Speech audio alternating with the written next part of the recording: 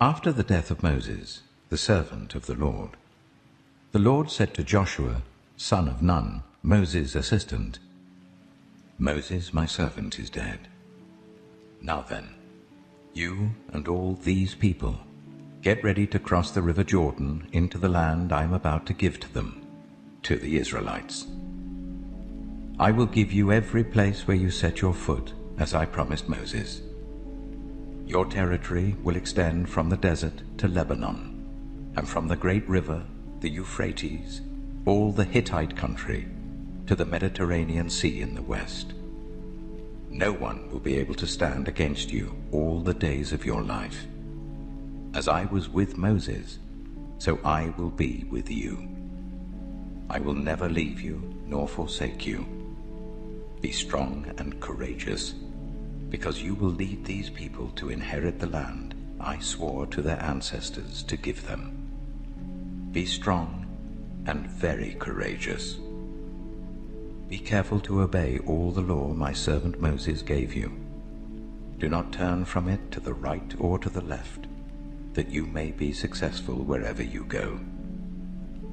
Keep this book of the law always on your lips. Meditate on it day and night, so that you may be careful to do everything written in it.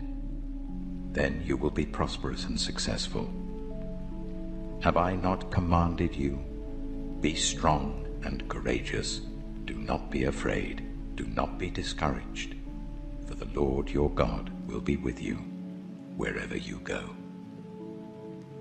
So Joshua ordered the officers of the people, Go through the camp and tell the people, Get your provisions ready. 3 days from now you will cross the Jordan here to go in and take possession of the land the Lord your God is giving you for your own. But to the Reubenites, the Gadites, and the half-tribe of Manasseh, Joshua said, Remember the command that Moses the servant of the Lord gave you after he said, The Lord your God will give you rest by giving you this land.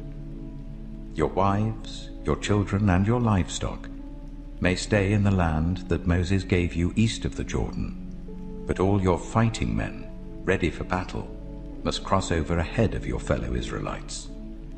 You are to help them until the Lord gives them rest, as he has done for you, and until they too have taken possession of the land that the Lord your God is giving them. After that, you may go back and occupy your own land, which Moses, the servant of the Lord, gave you east of the Jordan, towards the sunrise. Then they answered Joshua, Whatever you have commanded us we will do, and wherever you send us we will go. Just as we fully obeyed Moses, so we will obey you. Only may the Lord your God be with you, as he was with Moses. Whoever rebels against your word and does not obey it, whatever you may command them will be put to death. Only be strong and courageous. Joshua chapter 2. Then Joshua son of Nun secretly sent 2 spies from Shittim. Go, look over the land, he said, especially Jericho. So they went and entered the house of a prostitute named Rahab and stayed there. The king of Jericho was told, Look, some of the Israelites have come here tonight to spy out the land. So the king of Jericho sent this message to Rahab, Bring out the men who came to you and entered your house, because they have come to spy out the whole land. But the woman had taken the 2 men and hidden them. She said, Yes, the men came to me, but I did not know where they had come from. At dusk, when it was time to close the city gate, they left. I don't know which way they went. Go after them quickly. You may catch up with them. But she had taken them up to the roof and hidden them under the stalks of flax she had laid out on the roof. So the men set out in pursuit of the spies on the road that leads to the fords of the Jordan, and as soon as the pursuers had gone out, the gate was shut. Before the spies lay down for the night, she went up on the roof and said to them, I know that the Lord has given this land to you, and that a great fear of you has fallen on us, so that all who live in this country are melting in fear because of you. We have heard how the Lord dried up the water of the Red Sea for you when you came out of Egypt, and what you did to Sihon and Og, the 2 kings of the Amorites east of the Jordan, whom you completely destroyed. When we heard of it, our hearts sank, and everyone's courage failed because of you, for the Lord your God is God in heaven above and on the earth below. Now then, please swear to me by the Lord that you will show kindness to my family, because I have shown kindness to you. Give me a sure sign that you will spare the lives of my father and mother, my brothers and sisters, and all who belong to them, and that you will save us from death. Our lives for your lives, the men assured her. If you don't tell what we are doing, we will treat you kindly and faithfully when the Lord gives us the land. So she let them down by a rope through the window, for the house she lived in was part of the city wall. She said to them, "Go to the hills so that the pursuers will not find you. Hide yourselves there for 3 days until they return, and then go on your way." Now the men had said to her, "This oath you made us swear will not be binding on us, unless, when we enter the land, you have tied this scarlet cord in the window through which you let us down, and unless you have brought your father and mother, your brothers, and all your family into your house. If any of them go outside your house into the street, their blood will be on their own heads. We will not be responsible. As for those who are in the house with you, their blood will be on our head if a hand is laid on them. But if you tell what we are doing, we will be released from the oath you made us swear." "Agreed," she replied. "Let it be as you say." So she sent them away, and they departed, and she tied the scarlet cord in the window. When they left, they went into the hills and stayed there 3 days, until the pursuers had searched all along the road and returned without finding them. Then the 2 men started back. They went down out of the hills, forded the river, and came to Joshua, son of Nun, and told him everything that had happened to them. They said to Joshua, "The Lord has surely given the whole land into our hands. All the people are melting in fear because of us." Joshua chapter 3. Early in the morning, Joshua and all the Israelites set out from Shittim and went to the Jordan, where they camped before crossing over. After 3 days, the officers went throughout the camp giving orders to the people. "When you see the ark of the covenant of the Lord your God, and the Levitical priests carrying it, you are to move out from your positions and follow it. Then you will know which way to go, since you have never been this way before. But keep a distance of about 2,000 cubits between you and the ark. Do not go near it." Joshua told the people, "Consecrate yourselves, for tomorrow the Lord will do amazing things among you." Joshua said to the priests, "Take up the ark of the covenant and pass on ahead of the people." So they took it up and went ahead of them. And the Lord said to Joshua, "Today I will begin to exalt you in the eyes of all Israel, so that they may know that I am with you, as I was with Moses. Tell the priests who carry the ark of the covenant, when you reach the edge of the Jordan's waters, go and stand in the river." Joshua said to the Israelites, "Come here and listen to the words of the Lord your God. This is how you will know that the living God is among you, and that he will certainly drive out before you the Canaanites, Hittites, Hivites, Perizzites, Girgashites, Amorites, and Jebusites. See, the ark of the covenant of the Lord of all the earth will go into the Jordan ahead of you. Now then, choose 12 men from the tribes of Israel, 1 from each tribe. And as soon as the priests who carry the ark of the Lord of all the earth, set foot in the Jordan, its waters flowing downstream will be cut off and stand up in a heap." So when the people broke camp to cross the Jordan, the priests carrying the ark of the covenant went ahead of them. Now the Jordan is in flood all during harvest. Yet as soon as the priests who carried the ark reached the Jordan, and their feet touched the water's edge, the water from upstream stopped flowing. It piled up in a heap a great distance away at a town called Adam, in the vicinity of Zarethan, while the water flowing down to the sea of the Arabah, that is the Dead Sea, was completely cut off.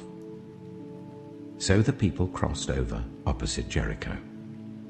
The priests who carried the Ark of the Covenant of the Lord stopped in the middle of the Jordan and stood on dry ground, while all Israel passed by until the whole nation had completed the crossing on dry ground.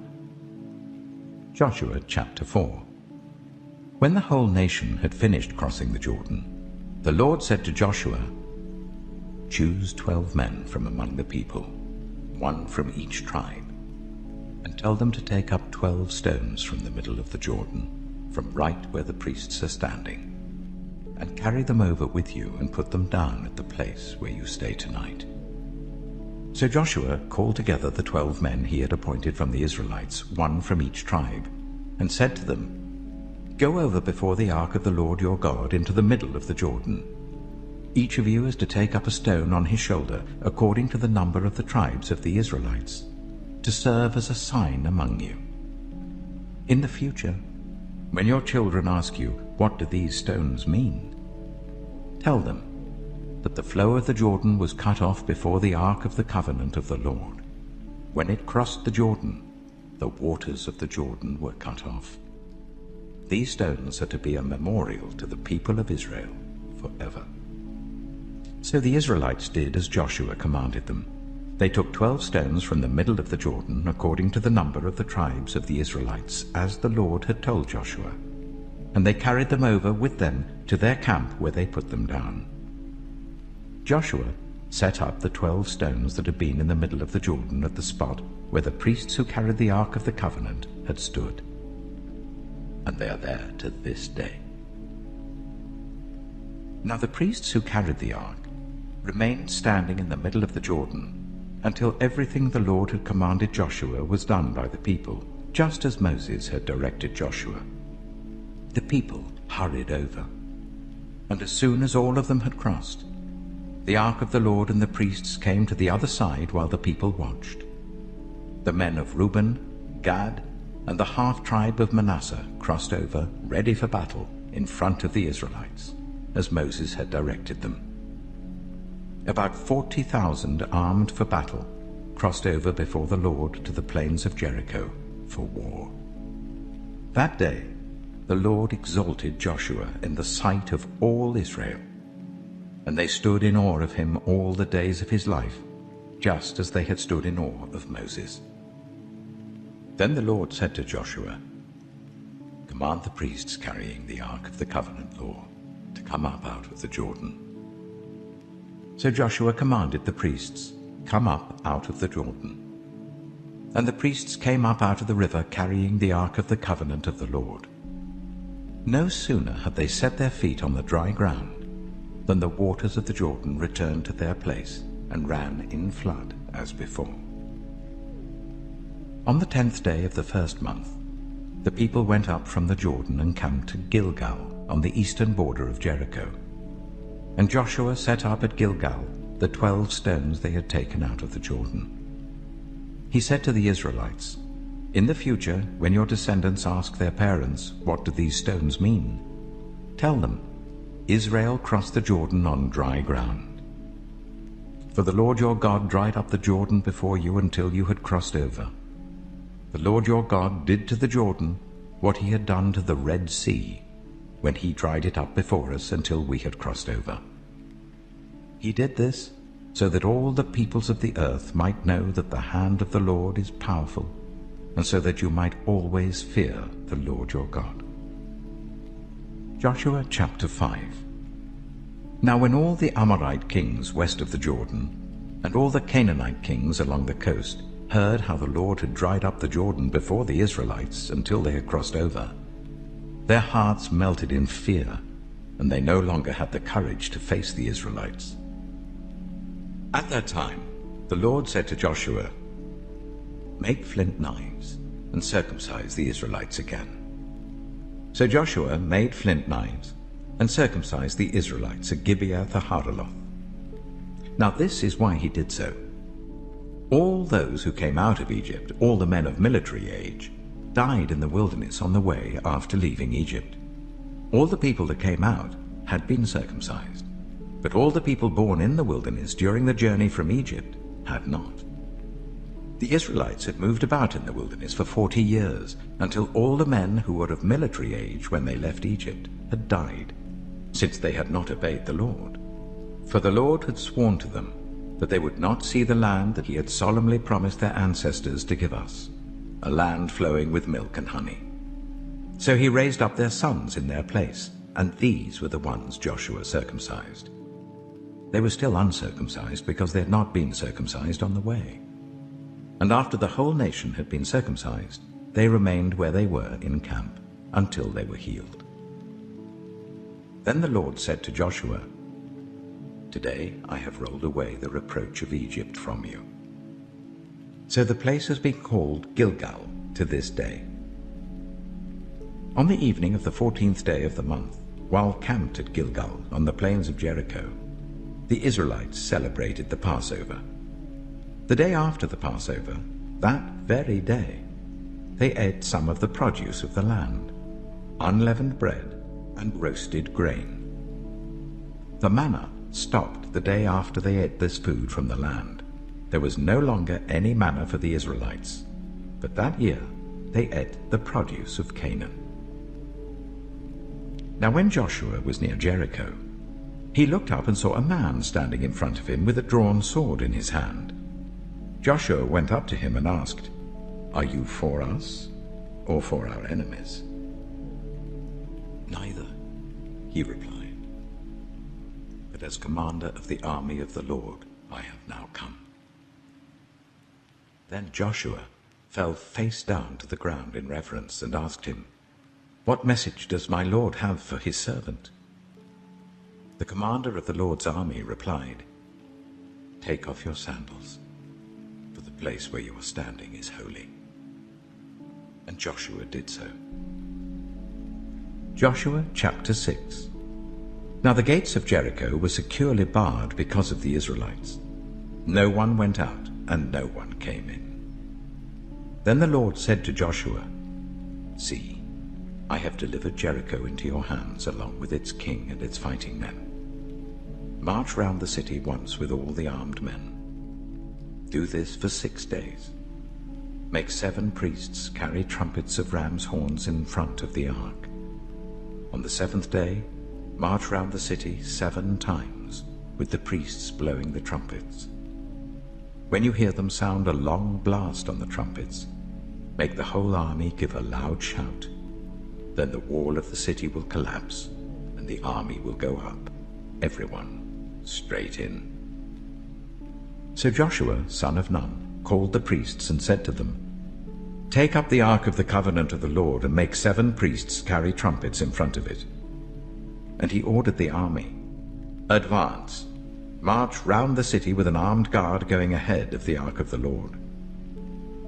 When Joshua had spoken to the people, the 7 priests carrying the 7 trumpets before the Lord went forwards, blowing their trumpets, and the ark of the Lord's covenant followed them.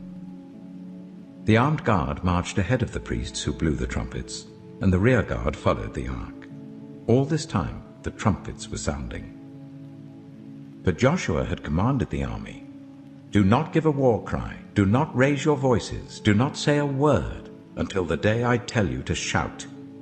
Then shout." So he had the ark of the Lord carried round the city, circling it once.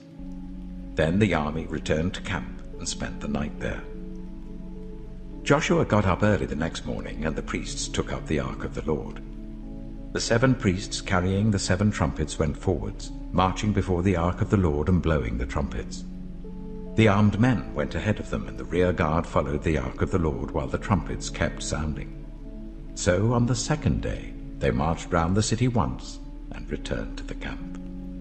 They did this for 6 days. On the 7th day they got up at daybreak and marched round the city 7 times in the same manner, except that on that day they circled the city 7 times. The 7th time round, when the priests sounded the trumpet blast, Joshua commanded the army, "Shout, for the Lord has given you the city. The city and all that is in it are to be devoted to the Lord. Only Rahab the prostitute and all who are with her in her house shall be spared, because she hid the spies we sent. But keep away from the devoted things, so that you will not bring about your own destruction by taking any of them. Otherwise you will make the camp of Israel liable to destruction and bring trouble on it. All the silver and gold and the articles of bronze and iron are sacred to the Lord and must go into his treasury." When the trumpet sounded, the army shouted. And at the sound of the trumpet, when the men gave a loud shout, the wall collapsed. So everyone charged straight in, and they took the city. They devoted the city to the Lord, and destroyed with the sword every living thing in it, men and women, young and old, cattle, sheep, and donkeys. Joshua said to the 2 men who had spied out the land, "Go into the prostitute's house and bring her out, and all who belong to her, in accordance with your oath to her." So the young men who had done the spying went in and brought out Rahab, her father and mother, her brothers and sisters, and all who belonged to her. They brought out her entire family and put them in a place outside the camp of Israel. Then they burned the whole city and everything in it. But they put the silver and gold and the articles of bronze and iron into the treasury of the Lord's house. But Joshua spared Rahab the prostitute, with her family and all who belonged to her, because she hid the men Joshua had sent as spies to Jericho. And she lives among the Israelites to this day. At that time Joshua pronounced this solemn oath: "Cursed before the Lord is the one who undertakes to rebuild this city, Jericho. At the cost of his firstborn son he will lay its foundations. At the cost of his youngest he will set up its gates." So the Lord was with Joshua, and his fame spread throughout the land. Joshua chapter 7. But the Israelites were unfaithful in regard to the devoted things. Achan, son of Carmi, the son of Zimri, the son of Zerah, of the tribe of Judah, took some of them. So the Lord's anger burned against Israel. Now Joshua sent men from Jericho to Ai, which is near Beth-aven, to the east of Bethel, and told them, "Go up and spy out the region." So the men went up and spied out Ai. When they returned to Joshua, they said, "Not all the army will have to go up against Ai. Send 2,000 or 3,000 men to take it, and do not weary the whole army, for only a few people live there." So about 3,000 went up. But they were routed by the men of Ai, who killed about 36 of them. They chased the Israelites from the city gate as far as the stone quarries, and struck them down on the slopes. At this, the hearts of the people melted in fear and became like water. Then Joshua tore his clothes and fell face down to the ground before the ark of the Lord, remaining there till evening. The elders of Israel did the same and sprinkled dust on their heads.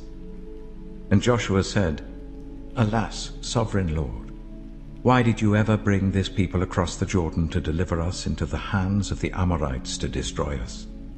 If only we had been content to stay on the other side of the Jordan. Pardon your servant, Lord. What can I say now that Israel has been routed by its enemies? The Canaanites and the other people of the country will hear about this, and they will surround us and wipe out our name from the earth. What then will you do for your own great name?" The Lord said to Joshua, "Stand up. What are you doing down on your face? Israel has sinned. They have violated my covenant, which I commanded them to keep. They have taken some of the devoted things.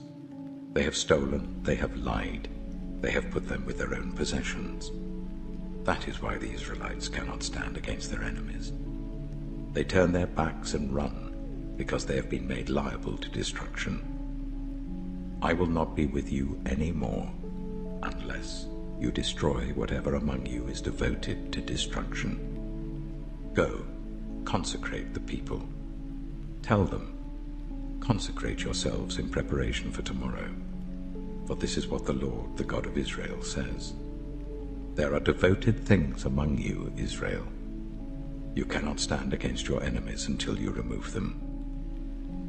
In the morning, present yourselves tribe by tribe. The tribe that the Lord chooses shall come forward, clan by clan. The clan that the Lord chooses shall come forward, family by family. And the family that the Lord chooses shall come forward, man by man. Whoever is caught with the devoted things shall be destroyed by fire, along with all that belongs to him. He has violated the covenant of the Lord and has done an outrageous thing in Israel. Early the next morning, Joshua made Israel come forward by tribes, and Judah was chosen. The clans of Judah came forward, and the Zerhites were chosen. He made the clan of the Zerhites come forward by families, and Zimri was chosen. Joshua made his family come forward man by man, and Achan, son of Carmi, the son of Zimri, the son of Zerah, of the tribe of Judah, was chosen.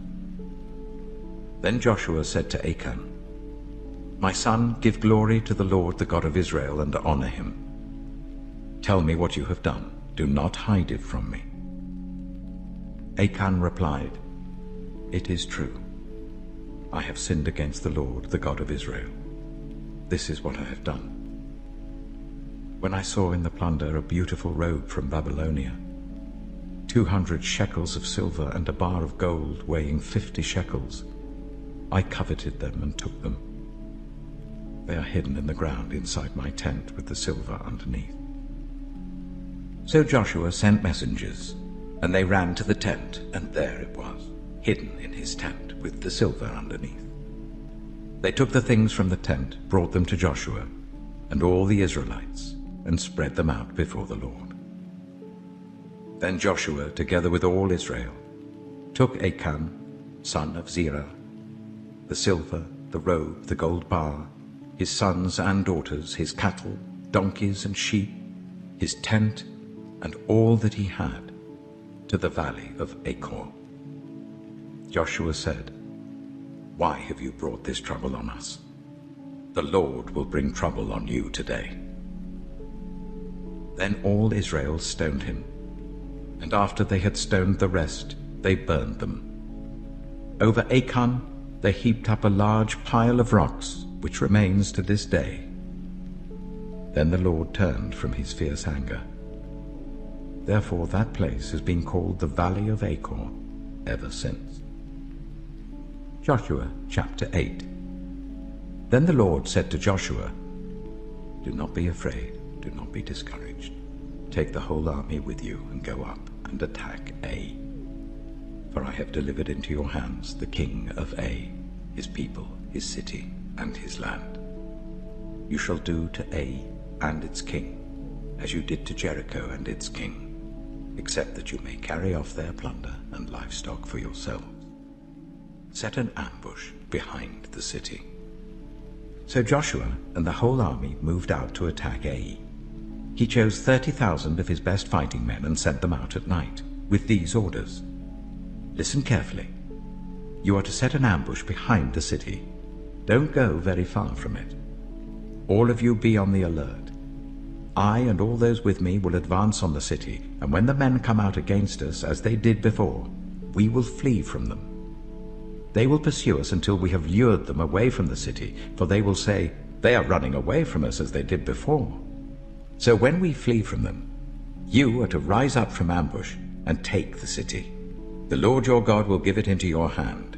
When you have taken the city, set it on fire. Do what the Lord has commanded. See to it. You have my orders."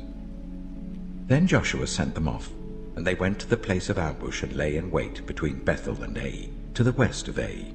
But Joshua spent that night with the people. Early the next morning, Joshua mustered his army and he and the leaders of Israel marched before them to Ai. The entire force that was with him marched up and approached the city and arrived in front of it. They set up camp north of Ai, with the valley between them and the city. Joshua had taken about 5,000 men and set them in ambush between Bethel and Ai to the west of the city. So the soldiers took up their positions, with the main camp to the north of the city and the ambush to the west of it.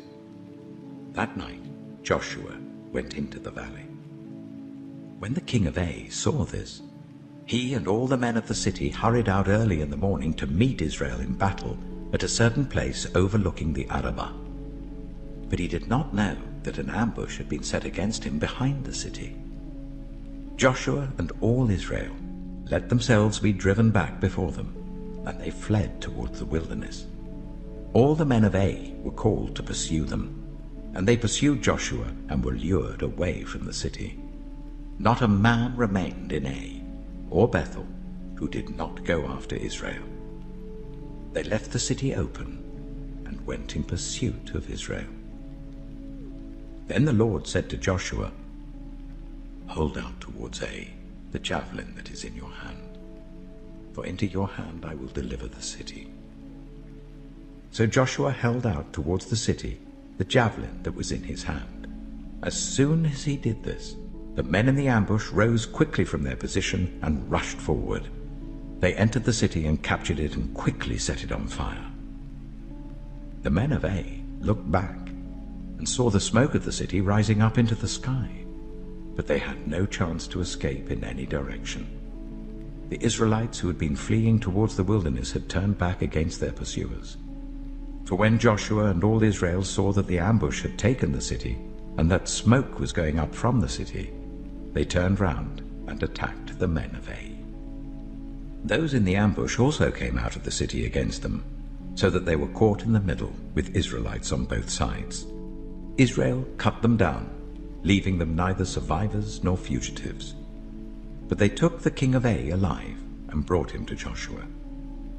When Israel had finished killing all the men of Ai in the fields and in the wilderness where they had chased them, and when every one of them had been put to the sword, all the Israelites returned to Ai and killed those who were in it. 12,000 men and women fell that day, all the people of Ai. For Joshua did not draw back the hand that held out his javelin until he had destroyed all who lived in Ai. But Israel did carry off for themselves the livestock and plunder of this city, as the Lord had instructed Joshua. So Joshua burned Ai and made it a permanent heap of ruins, a desolate place to this day. He impaled the body of the king of Ai on a pole and left it there until evening. At sunset, Joshua ordered them to take the body from the pole and throw it down at the entrance of the city gate. And they raised a large pile of rocks over it, which remains to this day. Then Joshua built on Mount Ebal an altar to the Lord, the God of Israel, as Moses the servant of the Lord had commanded the Israelites. He built it according to what is written in the book of the law of Moses, an altar of uncut stones, on which no iron tool had been used. On it they offered to the Lord burnt offerings and sacrificed fellowship offerings. There, in the presence of the Israelites, Joshua wrote on stones a copy of the law of Moses. All the Israelites, with their elders, officials, and judges, were standing on both sides of the Ark of the Covenant of the Lord, facing the Levitical priests who carried it. Both the foreigners living among them and the native-born were there. Half of the people stood in front of Mount Gerizim, and half of them in front of Mount Ebal, as Moses the servant of the Lord had formerly commanded, when he gave instructions to bless the people of Israel. Afterwards Joshua read all the words of the law, the blessings and the curses, just as it is written in the book of the law. There was not a word of all that Moses had commanded that Joshua did not read to the whole assembly of Israel, including the women and children and the foreigners who lived among them. Joshua chapter 9. Now when all the kings west of the Jordan heard about these things, the kings in the hill country, in the western foothills, and along the entire coast of the Mediterranean Sea as far as Lebanon. The kings of the Hittites, Amorites, Canaanites, Perizzites, Hivites, and Jebusites, they came together to wage war against Joshua and Israel. However, when the people of Gibeon heard what Joshua had done to Jericho and Ai, they resorted to a ruse. They went as a delegation whose donkeys were loaded with worn-out sacks and old wineskins, cracked and mended. They put worn and patched sandals on their feet and wore old clothes. All the bread of their food supply was dry and moldy. Then they went to Joshua in the camp at Gilgal and said to him and the Israelites, "We have come from a distant country. Make a treaty with us." The Israelites said to the Hivites, "But perhaps you live near us, so how can we make a treaty with you?" "We are your servants," they said to Joshua. But Joshua asked, "Who are you, and where do you come from?" They answered, "Your servants have come from a very distant country because of the fame of the Lord your God. For we have heard reports of him, all that he did in Egypt, and all that he did to the 2 kings of the Amorites east of the Jordan, Sihon king of Heshbon, and Og king of Bashan, who reigned in Ashtaroth. And our elders and all those living in our country said to us, 'Take provisions for your journey, go and meet them, and say to them, We are your servants, make a treaty with us.' This bread of ours was warm when we packed it at home on the day we left to come to you. But now see how dry and moldy it is. And these wineskins that we filled were new, but see how cracked they are. And our clothes and sandals are worn out by the very long journey." The Israelites sampled their provisions, but did not inquire of the Lord. Then Joshua made a treaty of peace with them to let them live, and the leaders of the assembly ratified it by oath. 3 days after they made the treaty with the Gibeonites, the Israelites heard that they were neighbors, living near them. So the Israelites set out, and on the 3rd day came to their cities, Gibeon, Kephirah, Beeroth, and Kiriath-Jearim. But the Israelites did not attack them, because the leaders of the assembly had sworn an oath to them by the Lord, the God of Israel. The whole assembly grumbled against the leaders, but all the leaders answered, "We have given them our oath by the Lord, the God of Israel, and we cannot touch them now. This is what we will do to them. We will let them live, so that God's wrath will not fall on us for breaking the oath we swore to them." They continued, "Let them live, but let them be woodcutters and water carriers in the service of the whole assembly." So the leader's promise to them was kept. Then Joshua summoned the Gibeonites and said, "Why did you deceive us by saying, 'We live a long way from you,' while actually you live near us? You are now under a curse. You will never be released from service as woodcutters and water carriers for the house of my God." They answered Joshua, "Your servants were clearly told how the Lord your God had commanded his servant Moses to give you the whole land and to wipe out all its inhabitants from before you. So we feared for our lives because of you, and that is why we did this. We are now in your hands. Do to us whatever seems good and right to you." So Joshua saved them from the Israelites, and they did not kill them. That day he made the Gibeonites woodcutters and water carriers for the assembly, to provide for the needs of the altar of the Lord at the place the Lord would choose. And that is what they are to this day. Joshua chapter 10. Now Adoni-Zedek, king of Jerusalem, heard that Joshua had taken Ai and totally destroyed it, doing to Ai and its king as he had done to Jericho and its king, and that the people of Gibeon had made a treaty of peace with Israel and had become their allies. He and his people were very much alarmed at this, because Gibeon was an important city, like one of the royal cities. It was larger than Ai, and all its men were good fighters. So Adoni-Zedek, king of Jerusalem, appealed to Hoham, king of Hebron, Piram, king of Jarmuth, Japhiah, king of Lachish, and Debir, king of Eglon. "Come up and help me attack Gibeon," he said, "because it has made peace with Joshua and the Israelites." Then the 5 kings of the Amorites, the kings of Jerusalem, Hebron, Jarmuth, Lachish, and Eglon, joined forces. They moved up with all their troops and took up positions against Gibeon and attacked it. The Gibeonites then sent word to Joshua in the camp at Gilgal, "Do not abandon your servants. Come up to us quickly and save us. Help us, because all the Amorite kings from the hill country have joined forces against us." So Joshua marched up from Gilgal with his entire army, including all the best fighting men. The Lord said to Joshua, "Do not be afraid of them. I have given them into your hand. Not one of them will be able to withstand you." After an all-night march from Gilgal, Joshua took them by surprise. The Lord threw them into confusion before Israel. So Joshua and the Israelites defeated them completely at Gibeon. Israel pursued them all along the road going up to Beth-horon, and cut them down all the way to Azekah and Makkedah. As they fled before Israel on the road down from Beth-horon to Azekah, the Lord hurled large hailstones down on them, and more of them died from the hail than were killed by the swords of the Israelites. On the day the Lord gave the Amorites over to Israel, Joshua said to the Lord in the presence of Israel, "Sun, stand still over Gibeon, and you, moon, over the valley of Ajalon." So the sun stood still, and the moon stopped, till the nation avenged itself on its enemies, as it is written in the book of Jasher. The sun stopped in the middle of the sky and delayed going down about a full day. There has never been a day like it before or since, a day when the Lord listened to a human being. Surely the Lord was fighting for Israel. Then Joshua returned with all Israel to the camp at Gilgal. Now the 5 kings had fled and hidden in the cave at Makkedah.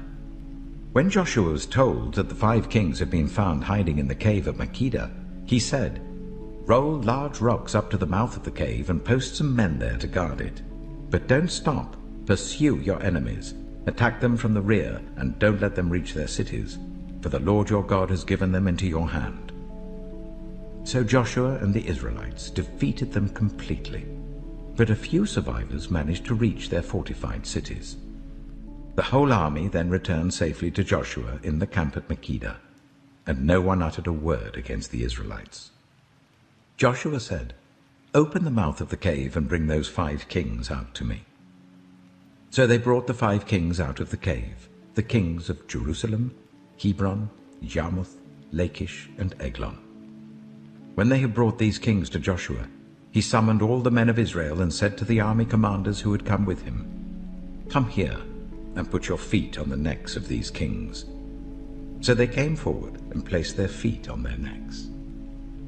Joshua said to them, "Do not be afraid, do not be discouraged.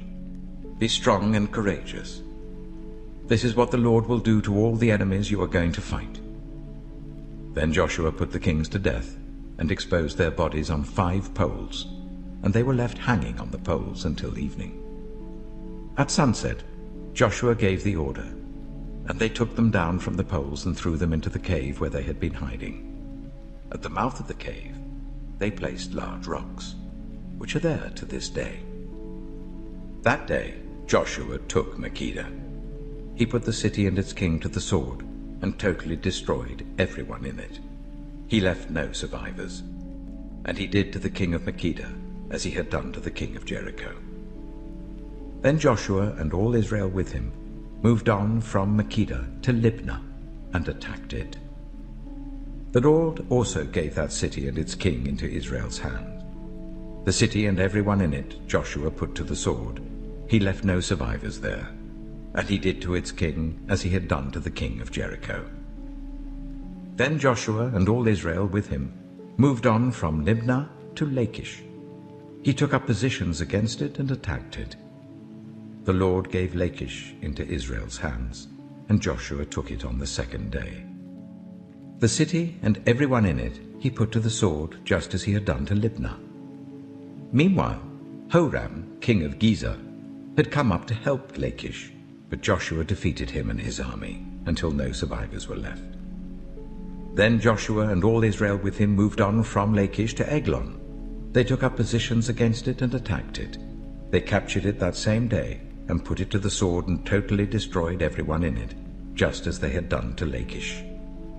Then Joshua and all Israel with him went up from Eglon to Hebron and attacked it. They took the city and put it to the sword together with its king, its villages, and everyone in it. They left no survivors. Just as at Eglon, they totally destroyed it and everyone in it. Then Joshua and all Israel with him turned round and attacked Debir. They took the city, its king, and its villages, and put them to the sword. Everyone in it they totally destroyed. They left no survivors.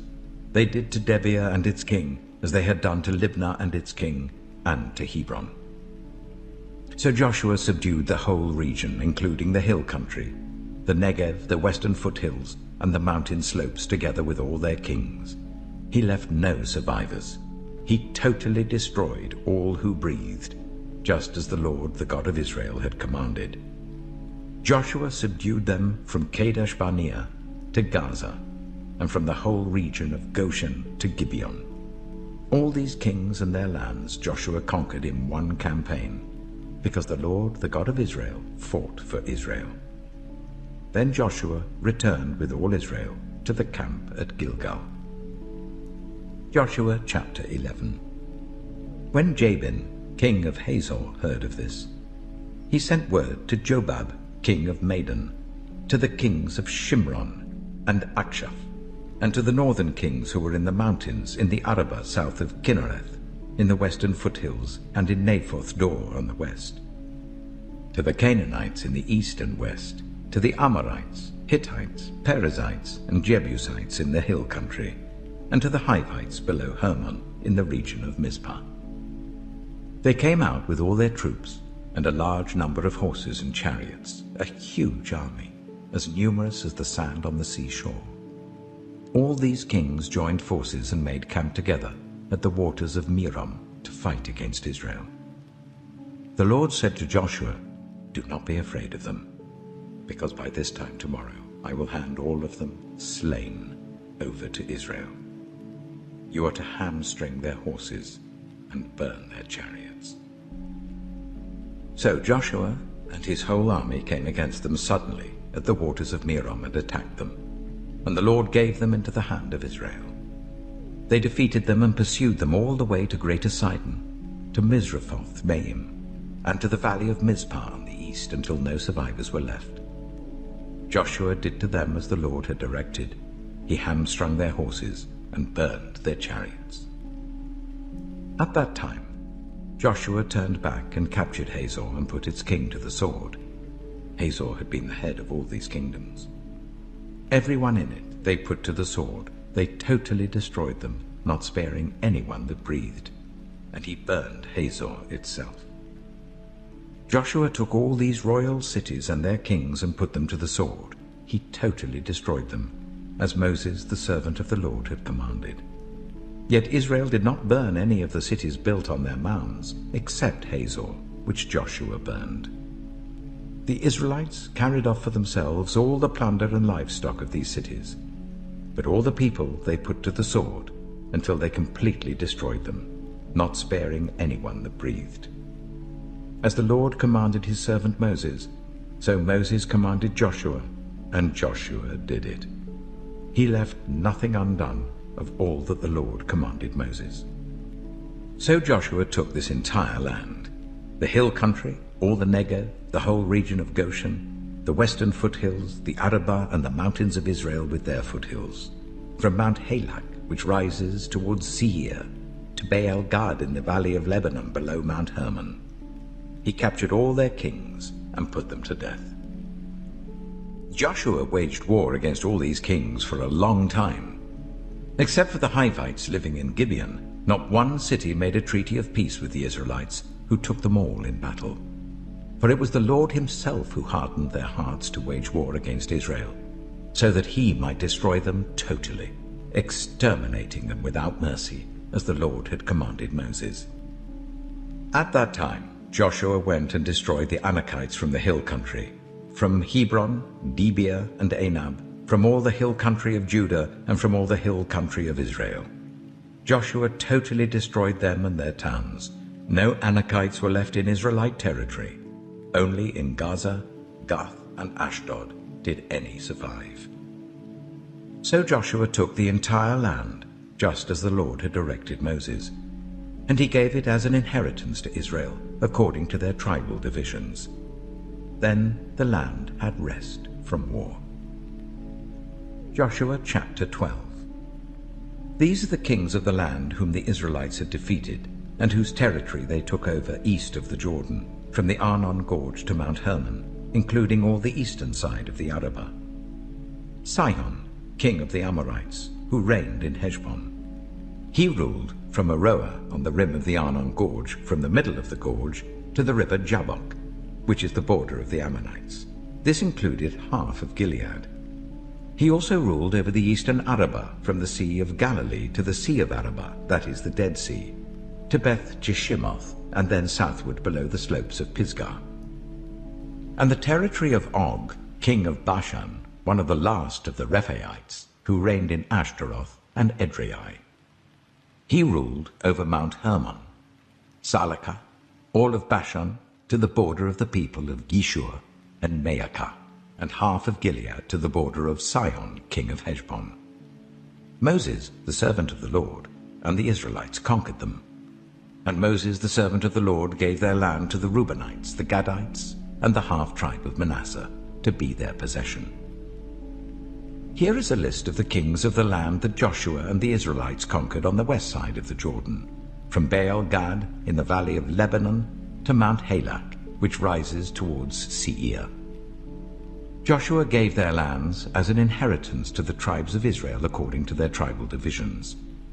The lands included the hill country, the western foothills, the Arabah, the mountain slopes, the wilderness, and the Negev. These were the lands of the Hittites, Amorites, Canaanites, Perizzites, Hivites, and Jebusites. These were the kings. The king of Jericho, 1. The king of Ai, near Bethel, 1. The king of Jerusalem, 1. The king of Hebron, 1. The king of Jarmuth, 1. The king of Lachish, 1. The king of Eglon, 1. The king of Gezer, 1. The king of Debir, 1. The king of Gede, 1.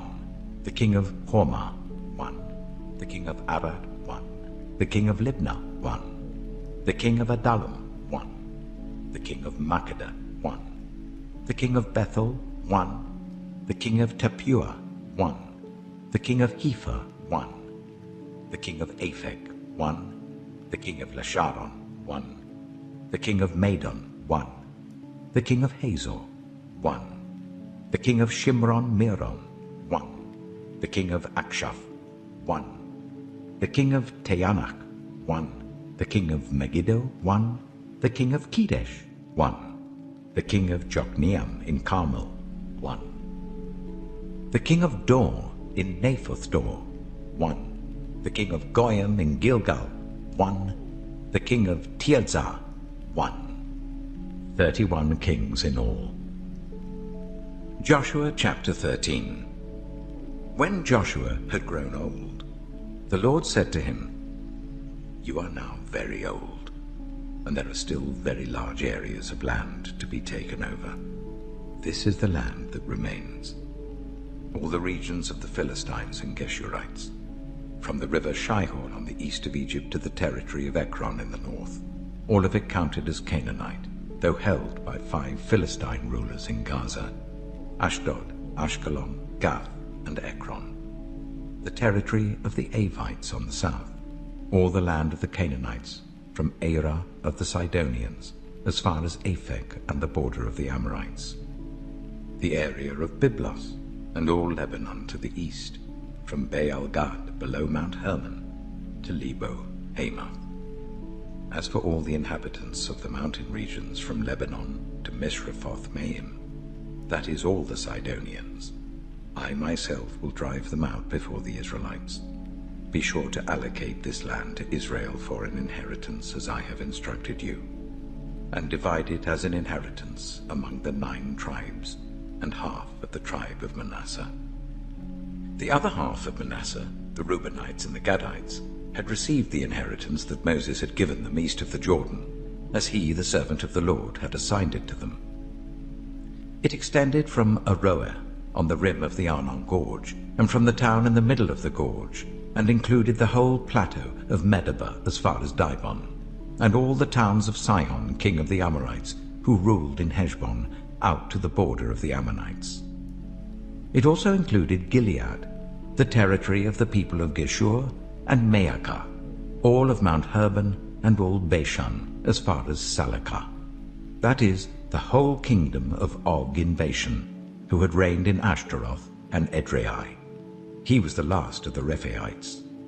Moses had defeated them and taken over their land, but the Israelites did not drive out the people of Geshur and Maacah, so they continue to live among the Israelites to this day. But to the tribe of Levi he gave no inheritance, since the food offerings presented to the Lord, the God of Israel, are their inheritance as he promised them. This is what Moses had given to the tribe of Reuben according to its clans: the territory from Aroer on the rim of the Arnon Gorge, and from the town in the middle of the gorge, and the whole plateau past Medeba to Heshbon, and all its towns on the plateau, including Dibon, Bamoth Baal, Beth Baal Meon, Jehaz, Kedemoth, Mephaath, Kiriathaim, Sibmah, Zereth Shehar on the hill in the valley, Beth Peor, the slopes of Pisgah, and Beth Jeshimoth, all the towns on the plateau, and the entire realm of Sihon king of the Amorites who ruled at Heshbon. Moses had defeated him and the Midianite chiefs, Evi, Rechem, Zur, Hur, and Reba, princes allied with Sihon, who lived in that country. In addition to those slain in battle, the Israelites had put to the sword Balaam son of Beor, who practiced divination. The boundary of the Reubenites was the bank of the Jordan. These towns and their villages were the inheritance of the Reubenites according to their clans. This is what Moses had given to the tribe of Gad according to its clans: the territory of Jazer, all the towns of Gilead and half the Ammonite country, as far as Aroer near Rabbah, and from Heshbon to Ramath Mizpah and Betonim, and from Mahanaim to the territory of Debir. And in the valley, Beth Haram, Beth Nimrah, Succoth, and Zaphon, with the rest of the realm of Sihon king of Heshbon, the east side of the Jordan, the territory up to the end of the Sea of Galilee. These towns and their villages were the inheritance of the Gadites according to their clans. This is what Moses had given to the half-tribe of Manasseh, that is, to half the family of the descendants of Manasseh according to its clans. The territory extending from Mahanaim and including all of Bashan, the entire realm of Og, king of Bashan, all the settlements of Jair in Bashan, 60 towns, half of Gilead and Ashtaroth and Edrei, the royal cities of Og in Bashan. This was for the descendants of Machir son of Manasseh, the half of the sons of Machir according to their clans. This is the inheritance Moses had given when he was in the plains of Moab, across the Jordan east of Jericho. But to the tribe of Levi, Moses had given no inheritance. The Lord, the God of Israel, is their inheritance, as he promised them. Joshua chapter 14. Now these are the areas the Israelites received as an inheritance in the land of Canaan, which Eleazar the priest, Joshua son of Nun, and the heads of the tribal clans of Israel allotted to them. Their inheritances were assigned by lot to the 9½ tribes, as the Lord had commanded through Moses. Moses had granted the 2½ tribes their inheritance east of the Jordan, but had not granted the Levites an inheritance among the rest, for Joseph's descendants had become 2 tribes, Manasseh and Ephraim. The Levites received no share of the land, but only towns to live in, with pasture lands for their flocks and herds. So the Israelites divided the land, just as the Lord had commanded Moses. Now the people of Judah approached Joshua at Gilgal, and Caleb, son of Jephunneh the Kenizzite, said to him, "You know what the Lord said to Moses, the man of God, at Kadesh Barnea about you and me. I was 40 years old when Moses, the servant of the Lord, sent me from Kadesh Barnea to explore the land. And I brought him back a report according to my convictions. But my fellow Israelites who went up with me made the hearts of the people sink. I, however, followed the Lord my God wholeheartedly. So on that day Moses swore to me, "The land on which your feet have walked will be your inheritance, and that of your children forever, because you have followed the Lord my God wholeheartedly." Now then, just as the Lord promised, he has kept me alive for 45 years since the time he said this to Moses, while Israel moved about in the wilderness. So here I am today, 85 years old. I am still as strong today as the day Moses sent me out. I'm just as vigorous to go out to battle now as I was then. Now give me this hill country that the Lord promised me that day. You yourself heard then that the Anakites were there, and their cities were large and fortified. But the Lord helping me, I will drive them out, just as he said. Then Joshua blessed Caleb, son of Jephunneh, and gave him Hebron as his inheritance. So Hebron has belonged to Caleb, son of Jephunneh the Kenizzite, ever since, because he followed the Lord, the God of Israel, wholeheartedly. Hebron used to be called Kiriath Arba, after Arba, who was the greatest man among the Anakites. Then the land had rest from war. Joshua chapter 15. The land allotted to the tribe of Judah, according to its clans, extended down to the territory of Edom, to the desert of Zin in the extreme south. Their southern boundary started from the bay at the southern end of the Dead Sea, crossed south of Scorpion Pass, continued on to Zin, and went over to the south of Kadesh Barnea. Then it ran past Hezron, up to Adar, and curved round to Kafka. It then passed along to Azmon and joined the Wadi of Egypt, ending at the Mediterranean Sea. This is their southern boundary. The eastern boundary is the Dead Sea, as far as the mouth of the Jordan.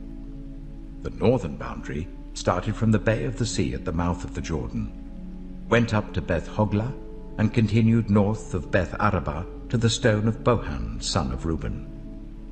The boundary then went up to Debir from the valley of Achor, and turned north to Gilgal, which faces the pass of Adamim, south of the gorge. It continued along to the waters of En-Shemesh, and came out at En-Rogel. Then it ran up the valley of Ben-Hinnom, along the southern slope of the Jebusite city, that is, Jerusalem. From there it climbed to the top of the hill west of the Hinnom Valley, at the northern end of the valley of Rephaim. From the hilltop, the boundary headed towards the spring of the waters of Nephtoah, came out of the towns of Mount Ephron, and went down towards Baalah, that is, Kiriath Jearim. Then it curved westward from Baalah to Mount Seir, ran along the northern slope of Mount Jearim, that is, Kesalon, continued down to Beth Shemesh, and crossed to Timnah. It went to the northern slope of Ekron, turned towards Shikkeron, passed along to Mount Baalah, and reached Jabneel. The boundary ended at the sea. The western boundary is the coastline of the Mediterranean Sea. These are the boundaries around the people of Judah by their clans. In accordance with the Lord's command to him, Joshua gave to Caleb, son of Jephunneh, a portion in Judah, Kiriath Arba, that is, Hebron. Arba was the forefather of Anak. From Hebron, Caleb drove out the 3 Anakites, Shishai, Ahiman, and Talmai, the sons of Anak. From there he marched against the people living in Debir, formerly called Kiriath Sephir, and Caleb said, "I will give my daughter Aksah in marriage to the man who attacks and captures Kiriath Sephir." Othniel, son of Kenaz, Caleb's brother, took it. So Caleb gave his daughter Aksah to him in marriage. One day when she came to Othniel, she urged him to ask her father for a field. When she got off her donkey, Caleb asked her, "What can I do for you?" She replied, "Do me a special favor. Since you have given me land in the Negev, give me also springs of water." So Caleb gave her the upper and lower springs. This is the inheritance of the tribe of Judah, according to its clans.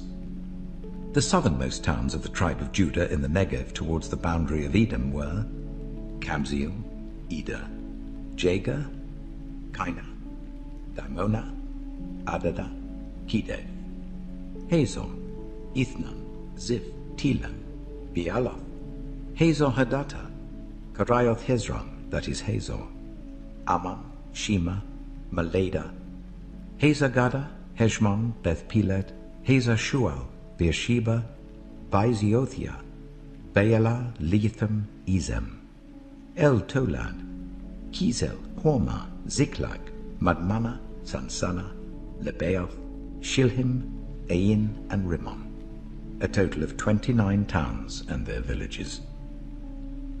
In the western foothills, Eshtaol, Zorah, Ashna, Zanoah, and Ganim, Tapua, Enam, Jarmuth, Adullam, Sokoh, Asika, Shearaim, Adithaim, and Gedera, or Gederothaim, 14 towns and their villages. Zenan, Hadashah, Migdal-Gad, Dilian, Mizpah, Joktheel, Lachish, Bozkath, Eglon, Kabon, Lamas, Kitlish, Gederoth, Beth-Dagon, Neamah, and Makkedah, 16 towns and their villages. Libnah, Ether, Ashan, Iptha, Ashna, Nizib, Keilah, Aksib, and Marisha, 9 towns and their villages. Ekron, with its surrounding settlements and villages. West of Ekron, all that were in the vicinity of Ashdod, together with their villages. Ashdod, its surrounding settlements and villages, and Gaza, its settlements and villages as far as the Wadi of Egypt and the coastline of the Mediterranean Sea. In the hill country, Shemi, Jatta, Soka, Dana, Kiriath Sana, that is Dibir, Anab, Eshtemoh, Ainim, Goshan, Holon, and Gilo, 11 towns and their villages. Arab, Duma, Ishan, Janim, Beth Tapua, Aphekah, Hamtar, Kiriath Arba, that is Hebron, and Zior, 9 towns and their villages. Maon, Carmel, Ziph, Jatta, Jezreel, Yokdeam, Zanoah, Kain, Gibeah, and Timnah, 10 towns and their villages. Halchul, Beth-zur, Jidor, Meerath, Beth-Anoth, and Eltekon, 6 towns and their villages. Kiriath Baal, that is Kiriath Jearim, and Rabbah, 2 towns and their villages. In the wilderness, Beth Arabah, Middin, Sikika, Nibshan, the city of salt, and En-Gedi, 6 towns and their villages. Judah could not dislodge the Jebusites who were living in Jerusalem. To this day, the Jebusites live there with the people of Judah. Joshua chapter 16. The land allotted to Joseph began at the Jordan east of the springs of Jericho, and went up from there through the desert into the hill country of Bethel. It went on from Bethel, that is, Luz, crossed over to the territory of the Archites in Ataroth, descended westwards to the territory of the Japhletites as far as the region of Lower Beth-horon, and on to Gezer, ending at the Mediterranean Sea. So Manasseh and Ephraim, the descendants of Joseph, received their inheritance. This was the territory of Ephraim according to its clans. The boundary of their inheritance went from Ataroth-Addar in the east to Upper Beth-horon and continued to the Mediterranean Sea. From Mikmethath on the north, it curved eastward to Taanath-Shiloh, passing by it to Genoa on the east. Then it went down from Genoa to Ataroth and Nearah, touched Jericho, and came out of the Jordan. From Tapua, the border went west to the Keah ravine and ended at the Mediterranean Sea. This was the inheritance of the tribe of the Ephraimites, according to its clans. It also included all the towns and their villages that were set aside for the Ephraimites within the inheritance of the Manassites. They did not dislodge the Canaanites living in Gezer. To this day, the Canaanites live among the people of Ephraim, but are required to do forced labor. Joshua chapter 17. This was the land allotted to the tribe of Manasseh as Joseph's firstborn, that is, for Machir, Manasseh's firstborn. Machir was the ancestor of the Gileadites, who had received Gilead and Bashan because the Machirites were great soldiers. So this land was allotted to the rest of the people of Manasseh. The clans of Abiezer, Helek, Azriel, Shechem, Hepher, and Shemida. These are the other male descendants of Manasseh, son of Joseph by their clans. Now Zelophehad, son of Hepher, the son of Gilead, the son of Machir, the son of Manasseh, had no sons but only daughters, whose names were Mahlah, Noah, Hoglah, Milcah, and Tirzah. They went to Eleazar the priest, Joshua son of Nun, and the leaders, and said, "The Lord commanded Moses to give us an inheritance amongst our relatives." So Joshua gave them an inheritance along with the brothers of their father, according to the Lord's command. Manasseh's share consisted of 10 tracts of land, besides Gilead and Bashan east of the Jordan, because the daughters of the tribe of Manasseh received an inheritance among the sons. The land of Gilead belonged to the rest of the descendants of Manasseh. The territory of Manasseh extended from Asher to Michmethath east of Shechem. The boundary ran southward from there to include the people living at En-Tappuah. Manasseh had the land of Tappuah, but Tappuah itself on the boundary of Manasseh belonged to the Ephraimites. Then the boundary continued south to the Cana ravine. There were towns belonging to Ephraim lying among the towns of Manasseh, but the boundary of Manasseh was the northern side of the ravine and ended at the Mediterranean Sea. On the south, the land belonged to Ephraim, on the north to Manasseh. The territory of Manasseh reached the Mediterranean Sea and bordered Asher on the north and Issachar on the east. Within Issachar and Asher, Manasseh also had Bethshan, Ibleam, and the people of Dor, Endor, Taanach, and Megiddo, together with their surrounding settlements. The third in the list is Naphoth.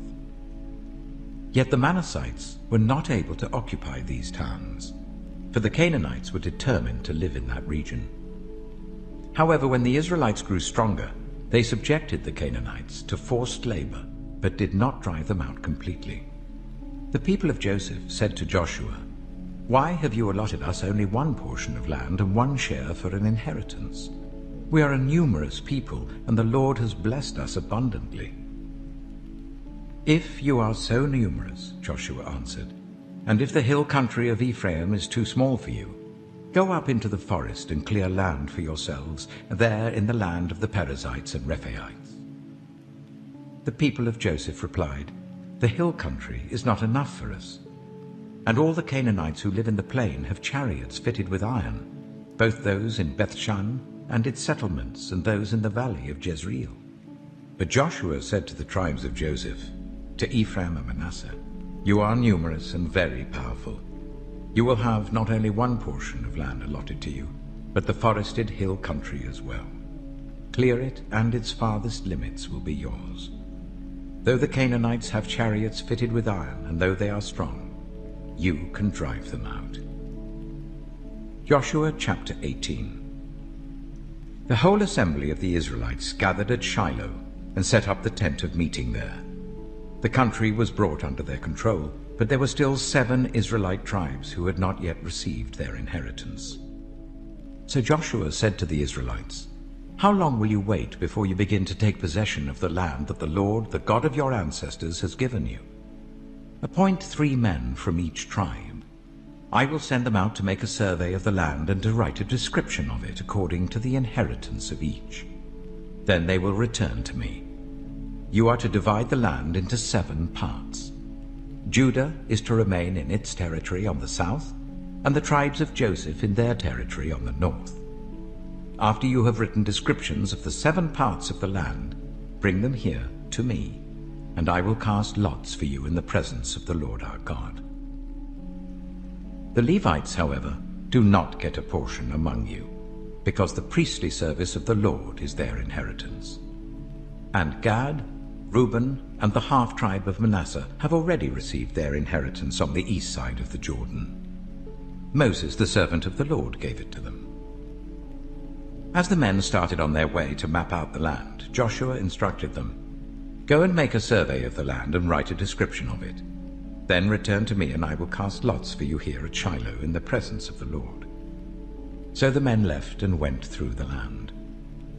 They wrote its description on a scroll, town by town, in 7 parts, and returned to Joshua in the camp at Shiloh.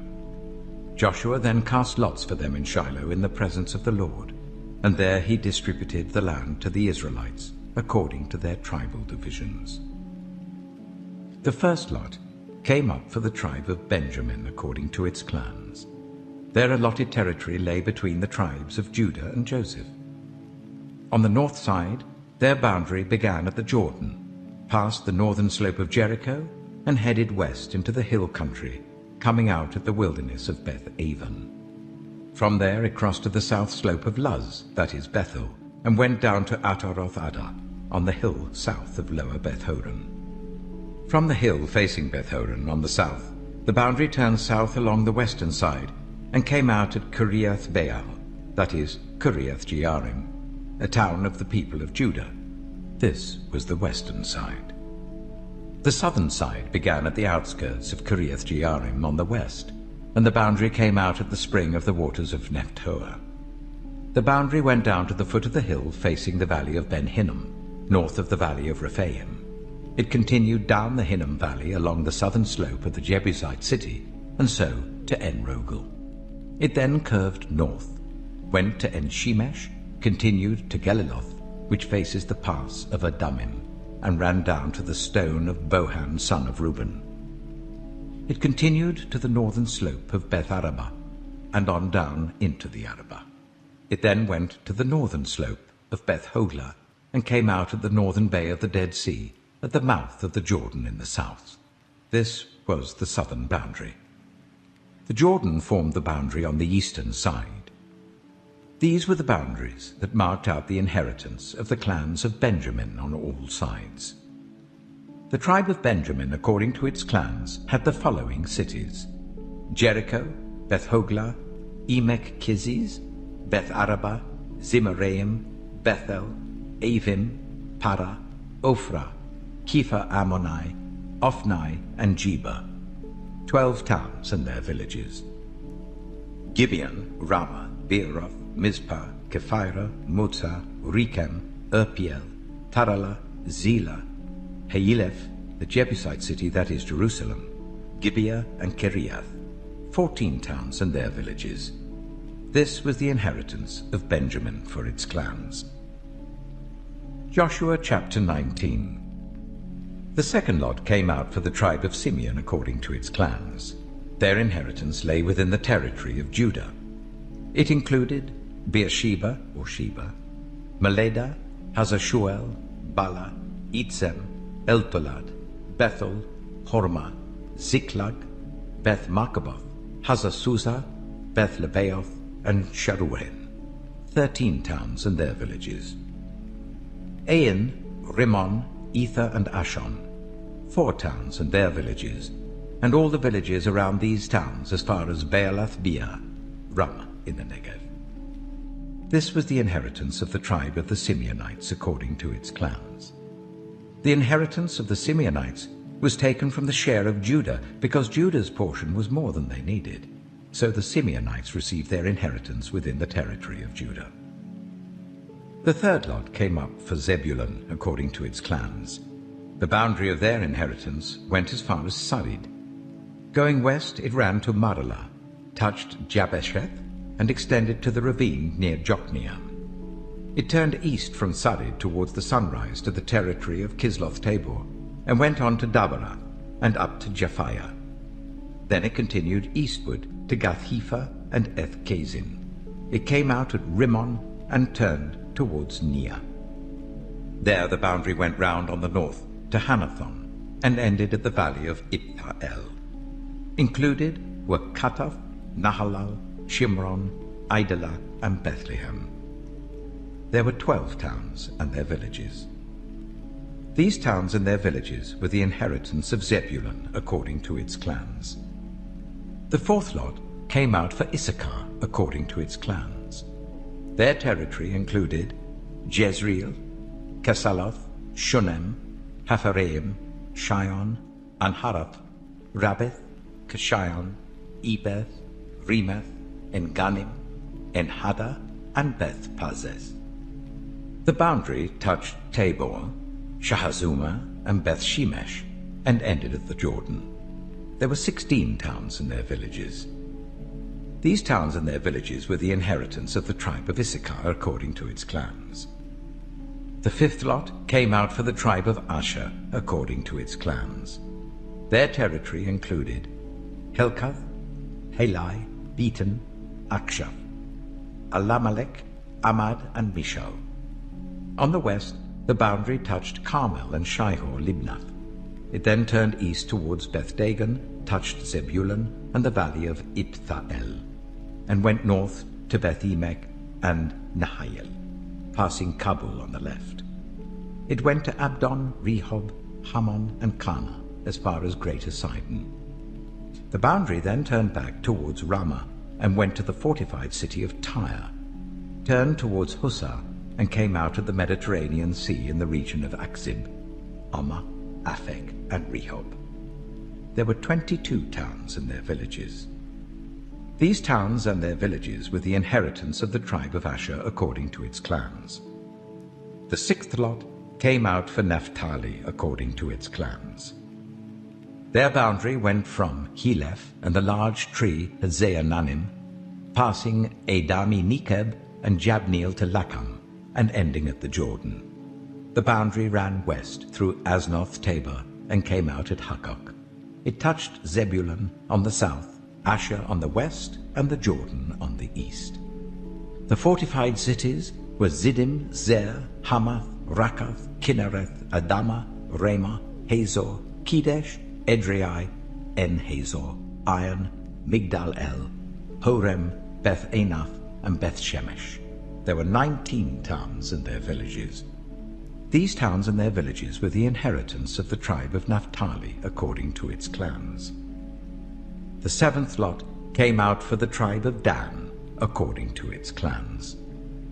The territory of their inheritance included Zorah, Eshtaol, Shemesh, Shealabin, Ajalon, Ithla, Elon, Timnah, Ekron, Eltekeh, Gibbethon, Baalath, Jehud, Bene-Berak, Gath-Rimmon, Mijarkon, and Rakon, with the area facing Joppa. When the territory of the Danites was lost to them, they went up and attacked Lishem, took it, put it to the sword, and occupied it. They settled in Lishem and named it Dan after their ancestor. These towns and their villages were the inheritance of the tribe of Dan according to its clans. When they had finished dividing the land into its allotted portions, the Israelites gave Joshua son of Nun an inheritance among them, as the Lord had commanded. They gave him the town he asked for, Timnath-Serah, in the hill country of Ephraim, and he built up the town and settled there. These are the territories that Eleazar the priest, Joshua son of Nun, and the heads of the tribal clans of Israel assigned by lot at Shiloh, in the presence of the Lord at the entrance to the tent of meeting. And so they finished dividing the land. Joshua chapter 20. Then the Lord said to Joshua, "Tell the Israelites to designate the cities of refuge, as I instructed you through Moses, so that anyone who kills a person accidentally and unintentionally may flee there and find protection from the avenger of blood. When they flee to one of these cities, they are to stand in the entrance of the city gate and state their case before the elders of that city. Then the elders are to admit the fugitive into their city and provide a place to live among them. If the avenger of blood comes in pursuit, the elders must not surrender the fugitive, because the fugitive killed their neighbor unintentionally and without malice aforethought. They are to stay in that city until they have stood trial before the assembly, and until the death of the high priest who is serving at that time. Then they may go back to their own home in the town from which they fled." So they set apart Kedesh in Galilee in the hill country of Naphtali, Shechem in the hill country of Ephraim, and Kiriath Arba, that is Hebron, in the hill country of Judah. East of the Jordan, on the other side from Jericho, They designated Bezer in the wilderness on the plateau in the tribe of Reuben, Ramoth in Gilead in the tribe of Gad, and Golan in Bashan in the tribe of Manasseh. Any of the Israelites or any foreigner residing among them who killed someone accidentally could flee to these designated cities and not be killed by the avenger of blood prior to standing trial before the assembly. Joshua chapter 21. Now the family heads of the Levites approached Eleazar the priest, Joshua son of Nun, and the heads of the other tribal families of Israel at Shiloh in Canaan, and said to them, "The Lord commanded through Moses that you give us towns to live in with pasture lands for our livestock." So, as the Lord had commanded, the Israelites gave the Levites the following towns and pasture lands out of their own inheritance. The first lot came out for the Kohathites according to their clans. The Levites, who were descendants of Aaron the priest, were allotted 13 towns from the tribes of Judah, Simeon, and Benjamin. The rest of Kohath's descendants were allotted 10 towns from the clans of the tribes of Ephraim, Dan, and half of Manasseh. The descendants of Gershon were allotted 13 towns from the clans of the tribes of Issachar, Asher, Naphtali, and the half-tribe of Manasseh in Bashan. The descendants of Merari, according to their clans, received 12 towns from the tribes of Reuben, Gad, and Zebulun. So the Israelites allotted to the Levites these towns and their pasture lands, as the Lord had commanded through Moses. From the tribes of Judah and Simeon, they allotted the following towns by name. These towns were assigned to the descendants of Aaron, who were from the Kohathite clans of the Levites, because the first lot fell to them. They gave them Kiriath Arba, that is, Hebron, with its surrounding pasture land in the hill country of Judah. Arba was the forefather of Anak. But the fields and villages around the city they had given to Caleb, son of Jephunneh, as his possession. So to the descendants of Aaron the priest they gave Hebron, a city of refuge for one accused of murder, Libnah, Jattir, Eshtemoa, Holon, Debir, Ain, Jatta, and Beth Shemesh, together with their pasture lands. 9 towns from these 2 tribes. And from the tribe of Benjamin they gave them Gibeon, Jeba, Anathoth, and Almon, together with their pasture lands, 4 towns. The total number of towns for the priests, the descendants of Aaron, came to 13, together with their pasture lands. The rest of the Kohathite clans of the Levites were allotted towns from the tribe of Ephraim. In the hill country of Ephraim they were given Shechem, a city of refuge for one accused of murder, and Giza, Kibzaim, and Beth-horon, together with their pasture lands, 4 towns. Also, from the tribe of Dan, they received Eltekeh, Gibbethon, Ajalon, and Gathrimmon, together with their pasture lands, 4 towns. From half the tribe of Manasseh they received Taanach and Gathrimmon, together with their pasture lands, 2 towns. All these 10 towns and their pasture lands were given to the rest of the Kohathite clans. The Levite clans of the Gershonites were given, from the half-tribe of Manasseh, Golan in Bashan, a city of refuge for one accused of murder, and Be-eshtaroth, together with their pasture lands, 2 towns. From the tribe of Issachar, Kishion, Dabarath, Jarmuth, and En-ganim, together with their pasture lands, 4 towns. From the tribe of Asher, Mishal, Abdon, Helkath, and Rehob, together with their pasture lands, 4 towns. From the tribe of Naphtali, Kedesh in Galilee, a city of refuge for one accused of murder, Hamoth-dor and Kartan, together with their pasture lands, 3 towns. The total number of towns of the Gershonite clans came to 13, together with their pasture lands. The Merarite clans, the rest of the Levites, were given from the tribe of Zebulun, Jokneam, Karta, Dimnah, and Nahalal, together with their pasture lands, 4 towns. From the tribe of Reuben, Bezer, Jehaz, Kedemoth, and Mephaath, together with their pasture lands, 4 towns.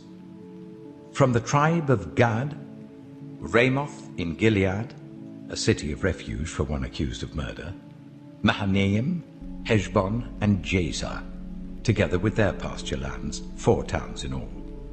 The total number of towns allotted to the Merarite clans, who were the rest of the Levites, came to 12. The towns of the Levites in the territory held by the Israelites were 48 in all, together with their pasture lands. Each of these towns had pasture lands surrounding it.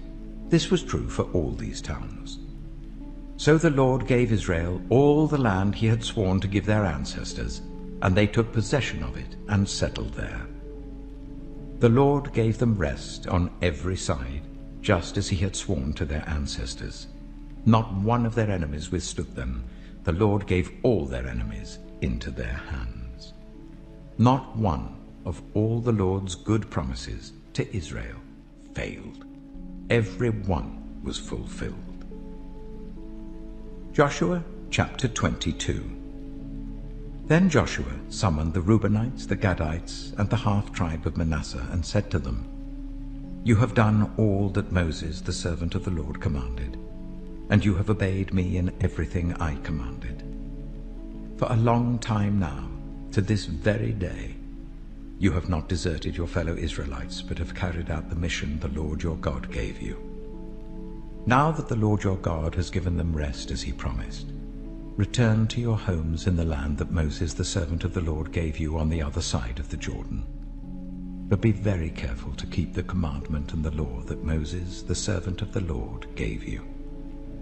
To love the Lord your God, to walk in obedience to him, to keep his commands, to hold fast to him, and to serve him with all your heart and with all your soul."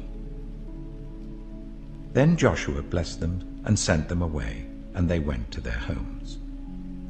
To the half-tribe of Manasseh, Moses had given land in Bashan, and to the other half of the tribe Joshua gave land on the west side of the Jordan along with their fellow Israelites. When Joshua sent them home, he blessed them, saying, "Return to your homes with your great wealth, with large herds of livestock, with silver, gold, bronze, and iron, and a great quantity of clothing, and divide the plunder from your enemies with your fellow Israelites." So the Reubenites, the Gadites, and the half-tribe of Manasseh left the Israelites at Shiloh in Canaan to return to Gilead, their own land, which they had acquired in accordance with the command of the Lord through Moses. When they came to Geliloth, near the Jordan in the land of Canaan, the Reubenites, the Gadites, and the half-tribe of Manasseh built an imposing altar there by the Jordan. And when the Israelites heard that they had built the altar on the border of Canaan at Geliloth, near the Jordan on the Israelite side, the whole assembly of Israel gathered at Shiloh to go to war against them. So the Israelites sent Phinehas, son of Eleazar the priest, to the land of Gilead, to Reuben, Gad, and the half-tribe of Manasseh. With him they sent 10 of the chief men, one from each of the tribes of Israel, each the head of a family division among the Israelite clans. When they went to Gilead, to Reuben, Gad, and the half-tribe of Manasseh, they said to them, "The whole assembly of the Lord says, how could you break faith with the God of Israel like this? How could you turn away from the Lord and build yourselves an altar in rebellion against him now? Was not the sin of Peor enough for us? Up to this very day we have not cleansed ourselves from that sin, even though a plague fell on the community of the Lord. And are you now turning away from the Lord? If you rebel against the Lord today, tomorrow he will be angry with the whole community of Israel. If the land you possess is defiled, come over to the Lord's land, where the Lord's tabernacle stands, and share the land with us. But do not rebel against the Lord or against us by building an altar for yourselves, other than the altar of the Lord our God."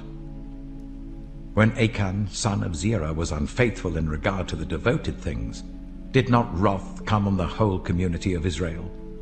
He was not the only one who died for his sin.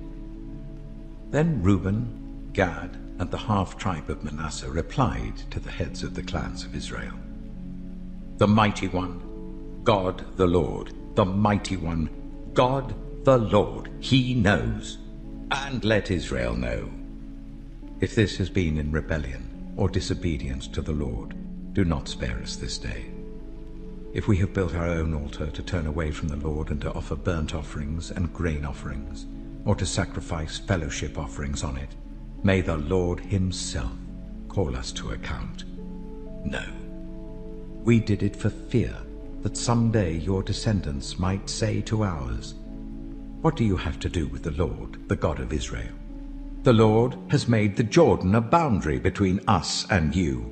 You Reubenites and Gadites, you have no share in the Lord." So your descendants might cause ours to stop fearing the Lord. That is why we said, "Let us get ready and build an altar," but not for burnt offerings or sacrifices. On the contrary, it is to be a witness between us and you and the generations that follow, that we will worship the Lord at his sanctuary with our burnt offerings, sacrifices, and fellowship offerings. Then in the future, your descendants will not be able to say to ours, "You have no share in the Lord." And we said, if they ever say this to us, or to our descendants, we will answer, "Look at the replica of the Lord's altar, which our ancestors built, not for burnt offerings and sacrifices, but as a witness between us and you." Far be it from us to rebel against the Lord and turn away from him today by building an altar for burnt offerings, grain offerings, and sacrifices, other than the altar of the Lord our God that stands before his tabernacle. When Phinehas the priest and the leaders of the community, the heads of the clans of the Israelites, heard what Reuben, Gad, and Manasseh had to say, they were pleased.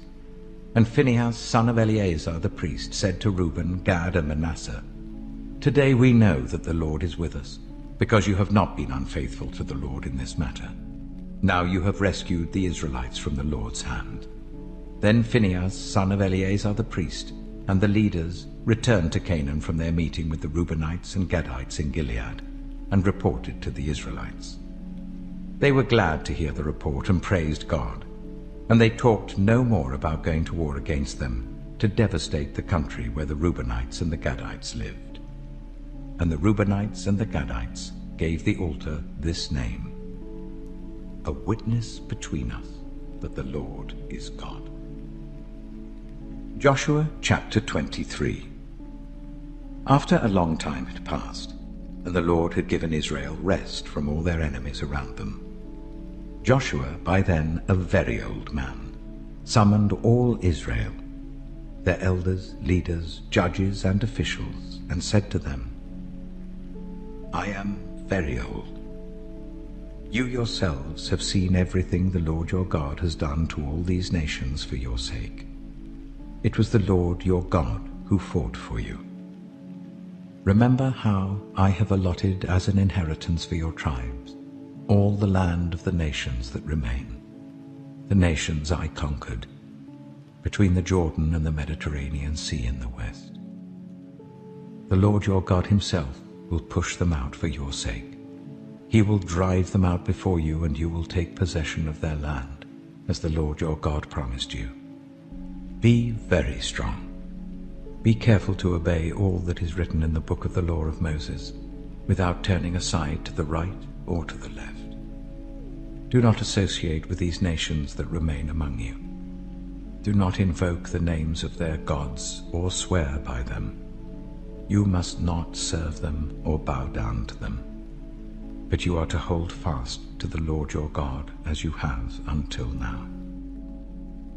The Lord has driven out before you great and powerful nations. To this day no one has been able to withstand you. One of you routs 1,000, because the Lord your God fights for you just as he promised. So be very careful to love the Lord your God. But if you turn away and ally yourselves with the survivors of these nations that remain among you, and if you intermarry with them and associate with them, then you may be sure that the Lord your God will no longer drive out these nations before you. Instead, they will become snares and traps for you, whips on your backs and thorns in your eyes, until you perish from this good land which the Lord your God has given you. Now I am about to go the way of all the earth. You know with all your heart and soul that not one of all the good promises the Lord your God gave you has failed. Every promise has been fulfilled. Not one has failed. But just as all the good things the Lord your God has promised you have come to you, so he will bring on you all the evil things he has threatened, until the Lord your God has destroyed you from this good land he has given you. If you violate the covenant of the Lord your God which he commanded you, and go and serve other gods and bow down to them, the Lord's anger will burn against you, and you will quickly perish from the good land he has given you. Joshua chapter 24. Then Joshua assembled all the tribes of Israel at Shechem. He summoned the elders, leaders, judges, and officials of Israel, and they presented themselves before God. Joshua said to all the people, "This is what the Lord, the God of Israel, says. Long ago, your ancestors, including Terah, the father of Abraham and Nahor, lived beyond the river Euphrates and worshipped other gods. But I took your father Abraham from the land beyond the Euphrates and led him throughout Canaan and gave him many descendants. I gave him Isaac, and to Isaac I gave Jacob and Esau. I assigned the hill country of Seir to Esau, but Jacob and his family went down to Egypt. Then I sent Moses and Aaron, and I afflicted the Egyptians by what I did there, and I brought you out. When I brought your people out of Egypt, you came to the sea, and the Egyptians pursued them with chariots and horsemen as far as the Red Sea. But they cried to the Lord for help, and he put darkness between you and the Egyptians. He brought the sea over them and covered them. You saw with your own eyes what I did to the Egyptians. Then you lived in the wilderness for a long time. I brought you to the land of the Amorites who lived east of the Jordan. They fought against you, but I gave them into your hands. I destroyed them from before you, and you took possession of their land. When Balak, son of Zippor, the king of Moab, prepared to fight against Israel, he sent for Balaam, son of Beor, to put a curse on you. But I would not listen to Balaam, so he blessed you again and again, and I delivered you out of his hand. Then you crossed the Jordan and came to Jericho. The citizens of Jericho fought against you, as did also the Amorites, Perizzites, Canaanites, Hittites, Girgashites, Hivites, and Jebusites. But I gave them into your hands. I sent the hornet ahead of you, which drove them out before you, also the 2 Amorite kings. You did not do it with your own sword and bow. So I gave you a land on which you did not toil, and cities you did not build, and you live in them and eat from vineyards and olive groves that you did not plant. Now fear the Lord and serve him with all faithfulness. Throw away the gods your ancestors worshipped beyond the river Euphrates and in Egypt, and serve the Lord. But if serving the Lord seems undesirable to you, then choose for yourselves this day whom you will serve, whether the gods your ancestors served beyond the Euphrates, or the gods of the Amorites in whose land you are living. But as for me and my household, we will serve the Lord." Then the people answered, "Far be it from us to forsake the Lord to serve other gods. It was the Lord our God himself who brought us and our parents up out of Egypt, from that land of slavery, and performed those great signs before our eyes. He protected us on our entire journey and among all the nations through which we traveled. And the Lord drove out before us all the nations, including the Amorites who lived in the land. We too will serve the Lord, because he is our God." Joshua said to the people, "You are not able to serve the Lord.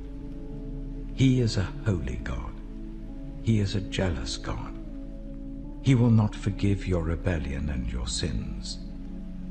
If you forsake the Lord and serve foreign gods, He will turn and bring disaster on you and make an end of you, after He has been good to you." But the people said to Joshua, "No, we will serve the Lord."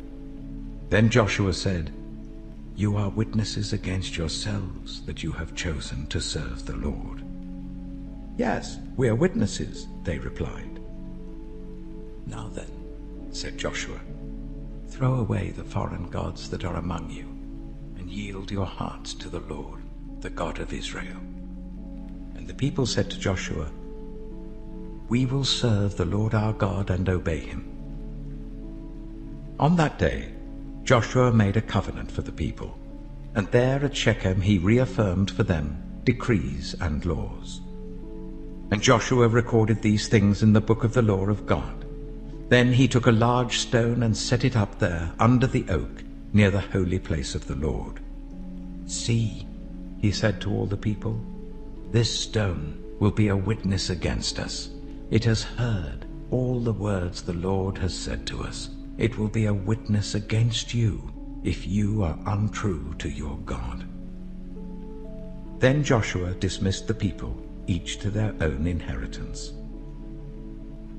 After these things, Joshua, son of Nun, the servant of the Lord, died at the age of 110. And they buried him in the land of his inheritance, at Timnath-Serah, in the hill country of Ephraim, north of Mount Gaash. Israel served the Lord throughout the lifetime of Joshua and of the elders who outlived him and who had experienced everything the Lord had done for Israel. And Joseph's bones, which the Israelites had brought up from Egypt, were buried at Shechem in the tract of land that Jacob bought for 100 pieces of silver from the sons of Hamor, the father of Shechem. This became the inheritance of Joseph's descendants. And Eleazar, son of Aaron, died and was buried at Gibeah, which had been allotted to his son Phinehas in the hill country of Ephraim.